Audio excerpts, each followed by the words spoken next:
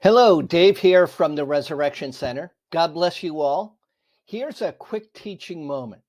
People have asked me about what is an offering? What is a tithe? And they also want to know is how an offering to a church is related to tithes. People are asking me because they want to do the right thing as it relates to sound doctrine and the biblical principles that apply to that sound doctrine.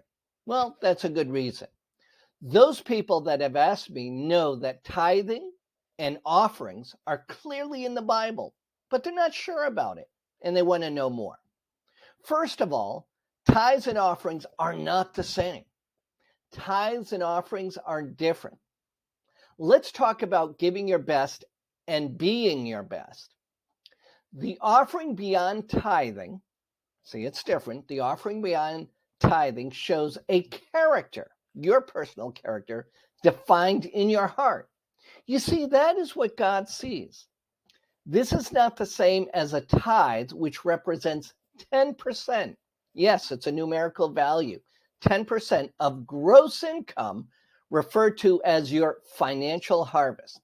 That alone is a biblical principle to be followed through obedience. I'll tell you more. In the Old Testament, Jews brought 10% of their harvest to a storehouse as a welfare plan for the needy or in case of famine. The tithe is specifically mentioned in the books of Leviticus, Numbers, and Deuteronomy. I'm going to say that again. The tithe is specifically mentioned in the books of Leviticus, Numbers, and Deuteronomy. The first tithe is giving 1/10, that's 10%, of agricultural produce. It is mentioned in the New Testament too. In Matthew chapter 23, verse 23, and also Luke chapter 11, verse 42, Jesus referred to tithing as something that should not be neglected. That is a biblical principle to be followed from true sound doctrine clearly written in the Bible. Today, I'm putting focus on, and I'm talking about the offering, which is a presentation to the Lord beyond tithing. An offering is not a replacement for tithing.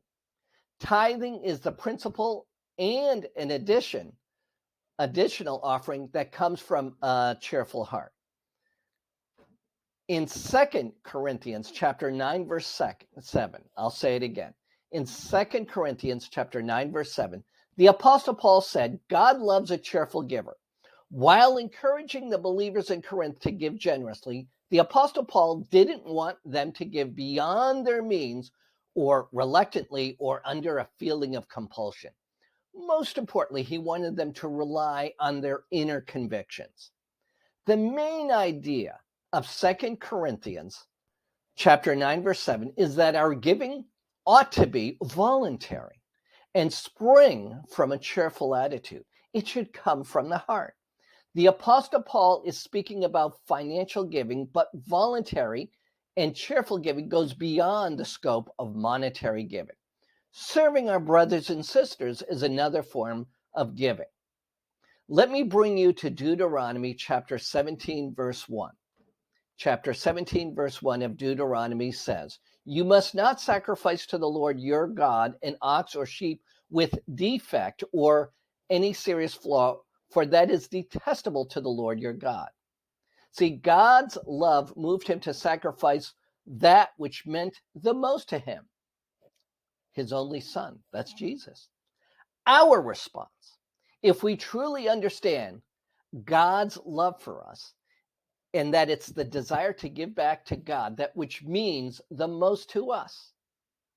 The Old Testament reveals that God set forth high the standards for the sacrifice he required of his people. A worthy sacrifice had to cost the people something. As their hearts shifted away from God, the people began struggling to give God costly offerings. See, that's why an offering comes from the heart. And what would happen is they would bring blind, lame, and sick animals, assuming God would not tell the difference.